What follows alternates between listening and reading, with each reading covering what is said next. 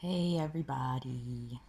I hope everybody is isolating well in this maybe first or second day for yourselves because I've been doing it for a while. Um yeah, so there's a few things that I wanted to talk about.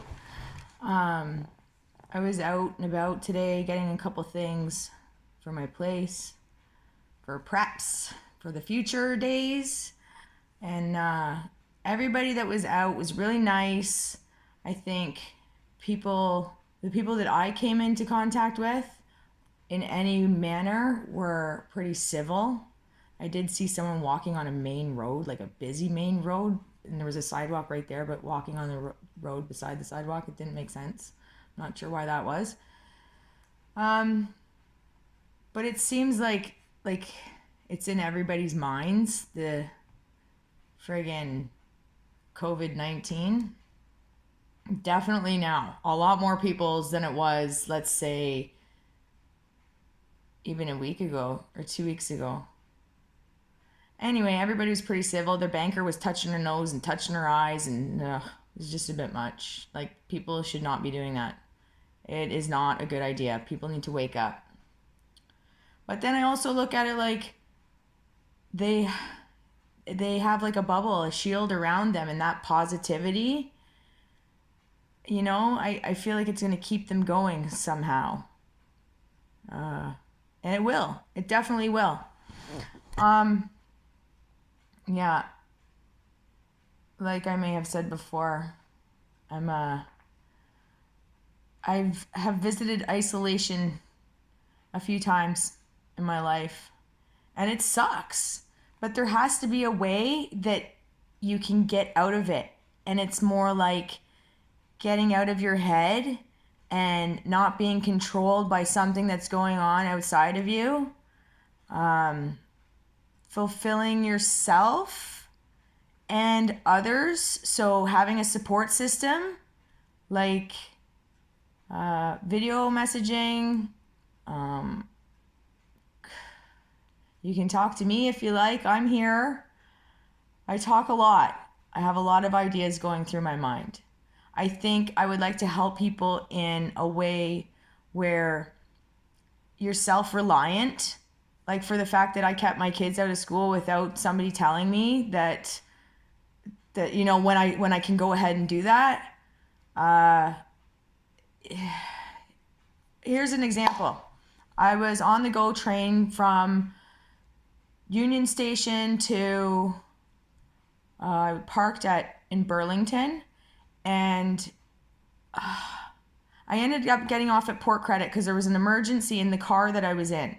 I was sitting beside the toilet on the second level, and there was an emergency. So this woman falls down, and the woman that was with her, it was close to the door, she was kind of laughing like it wasn't really serious. But anyway, the train pulls over. It was busy train because after a baseball game, it's busy. So we're stopped at Port Credit, which is about halfway to where I was going to, and we're not going anywhere.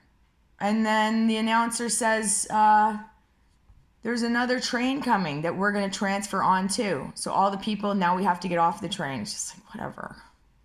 This is ridiculous. First, it was waiting for the ambulance for the person, and then everybody had to get off the train. It was very strange. Like, to me, that just does not make sense. To this day, I don't have an answer for it. It still doesn't make sense. And if anybody can answer why that happened, that'd be great.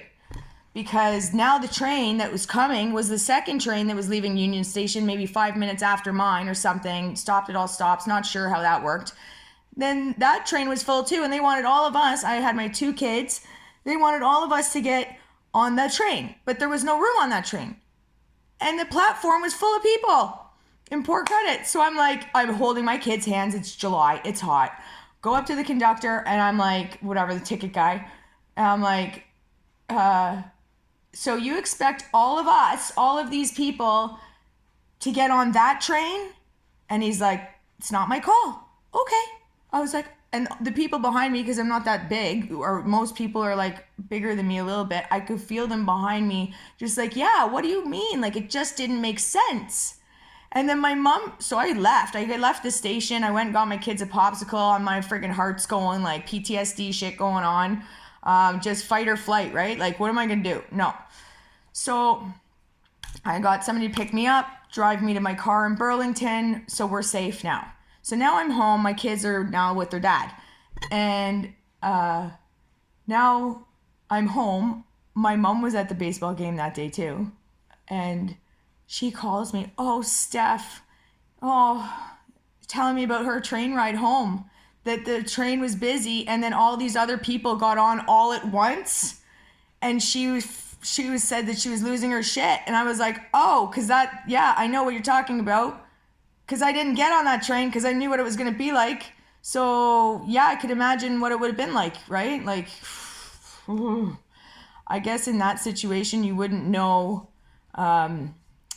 Like, definitely the next stop, if I was in my mom's position, I would be getting off at the next stop. Because if all these people come on and it's busy, you don't realize how busy it's going to get until it's totally overcrowded. And you're like, oh my God, I can't breathe.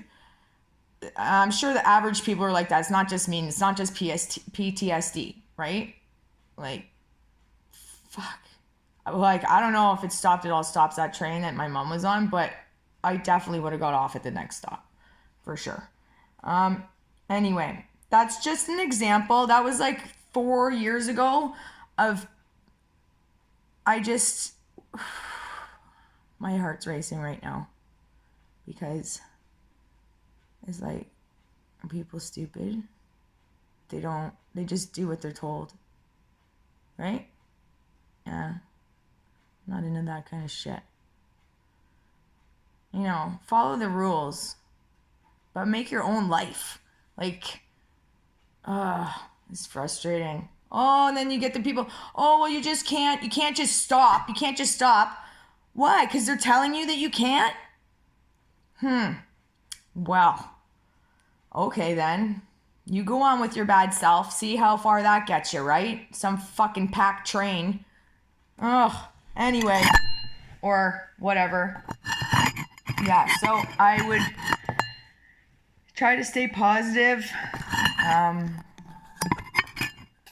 Friggin' use your brain, use your gut, use your instinct. Now it's not so much about this virus. Now it's about your mental ability and your emotional strength and belief in a higher power or yourself. Not just, good job, Mary, Katie, whoever, you did a good job. Now what? Now what are you going to do next? Now you haven't done enough, right? Like, come on. Okay, it's like nothing's ever enough for anybody. This is when you have to be enough for yourself, right? Literally, the universe is making this happen for you. Yeah, been there. Here again, but I'm aware of exactly what it is. And I have been through this. I can help you. There are people that can help you that have been through shit, and you just need to start communicating with other people about the real shit. Because if people don't open their heart, open their minds, use the power within themselves to create something good, they're just going to succumb to this, whatever it may be, and be like the cattle. Be heard. All right, have a good night. That was my wee rant. Good night. God bless.